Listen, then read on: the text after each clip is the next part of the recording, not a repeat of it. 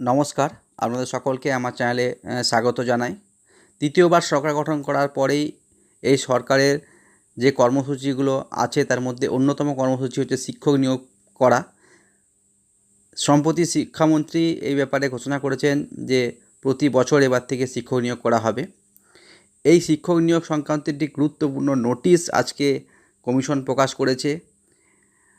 সরকার যে সত্যি সত্যি শিক্ষক নিয়োগ করতে চায় তারই একটি অঙ্গ হিসাবে এই নোটিশটি আমি আপনাদের সঙ্গে শেয়ার করব।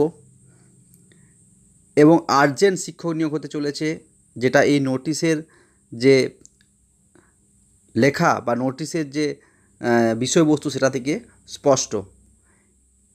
একদিকে আপার প্রাইমারি শিক্ষক নিয়োগ প্রক্রিয়া চলছে, 9, 10, 11, 12 শিক্ষক নিয়োগ প্রক্রিয়া নতুন করে এখনও শুরু হয়নি, সম্প্রতি শুরু হবে। প্রাইমারি টেট পরীক্ষাও খুব তাড়াতাড়ি বিজ্ঞপ্তি বেরোবে এবং আগামী বছর তার পরীক্ষা হবে। এদিকে 2014 প্রাইমারি যারা ইনক্লুডেড ক্যান্ডিডেট তাদের নিয়োগ প্রক্রিয়া প্রায় শেষের পথে।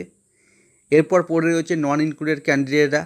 সেই নন ইনক্লুডেড ক্যান্ডিডেটদের নিয়োগ করার ব্যাপারে মুখ্যমন্ত্রী ঘোষণা করেছিলেন ধাপে ধাপে সকলকে নিয়োগ করা হবে। মুখ্যমন্ত্রীর এই প্রতিশ্রুতি মতোই যারা নন ইনক্লুডেড ক্যান্ডিডেট আছেন ওনারা এবার সেই প্রতিশ্রুতি পালন যাতে হয় সেই জন্য বিভিন্ন ডিপিএসসিগুলোতে ডেপুটেশন দিচ্ছেন এবং নন ইনক্লুডেডদের নিয়োগ করার ব্যাপারে সরকার নড়ে চড়ে বসেছে। অলরেডি আজকে একটি নোটিশ প্রকাশ করা হয়েছে যাতে পর্ষদকে কোনো রকমভাবে ডিস্টার্ব করা না হয়। আজকে এই নন ইনক্লুডেড নিয়োগের ব্যাপারে যে খবরগুলো প্রকাশিত হয়েছে, এইমাত্র প্রকাশিত হয়েছে, সেটা আপনার সঙ্গে শেয়ার করব। তার আগে যে নোটিশ প্রকাশ করেছে সার্ভিস কমিশন সেটা একটু আপনার সঙ্গে শেয়ার করছি।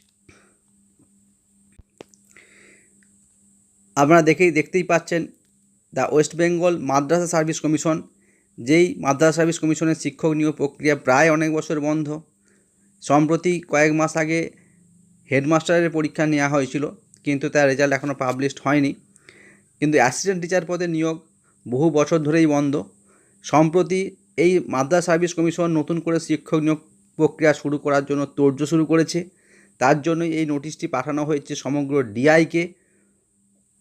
পশ্চিমবঙ্গে যতগুলো ডিআই অফিস আছে সেকেন্ডারি এডুকেশনের প্রত্যেককে এই নোটিশটা ফরওয়ার্ড করা হয়েছে সার্ভিস কমিশনের তরফ থেকে, যেখানে সাবজেক্টে বলা হয়েছে sending the পিপিও of the all the post of teaching and non teaching staff which are laying vacant till 27/7/2021 in the all non-government aided madrasa of your district for which PPO have not been submitted in the commission till now। এর আগে commission পিপিও পাঠাতে বলেছিল সমস্ত ডিআইকে।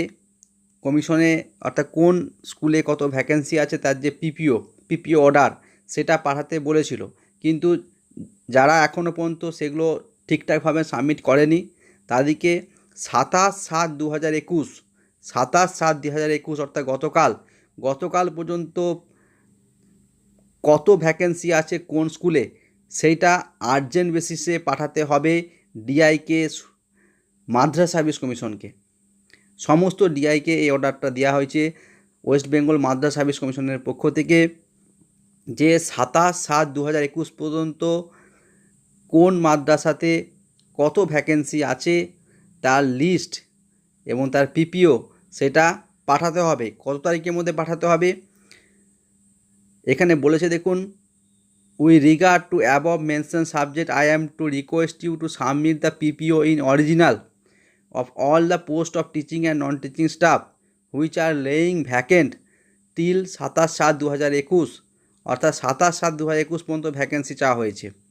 In all the non government aided madrasa of your districts for which PPO have not been submitted to the commission, যাদের PPO এখনও পর্যন্ত submit করা হয়নি তাদেরকেও পাঠাতে হবে আর্জেন্ট বেসিসে till now, and also all the পিপিও if any which have already been submitted to you by the madrasa and are already laying in your office to the office of the West Bengal Madrasa Service Commission by 18/8/2021, repeat by 18/8/2021 অর্থাৎ 18/8/2021 মধ্যে সমগ্র ডিআইদের তাদের আন্ডারে যে সমস্ত স্কুলগুলো আছে সেই স্কুলের কত ভ্যাকেন্সি কোন সাবজেক্টে আছে তার সমগ্র বিবরণ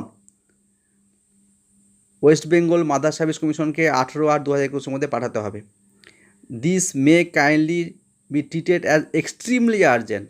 অর্থাৎ এই নোটিশ থেকে আপনারা বুঝতেই পারছেন যে শিক্ষক নিয়োগ হতে চলেছে মাদ্রাস সার্ভিস কমিশনের মাধ্যমে।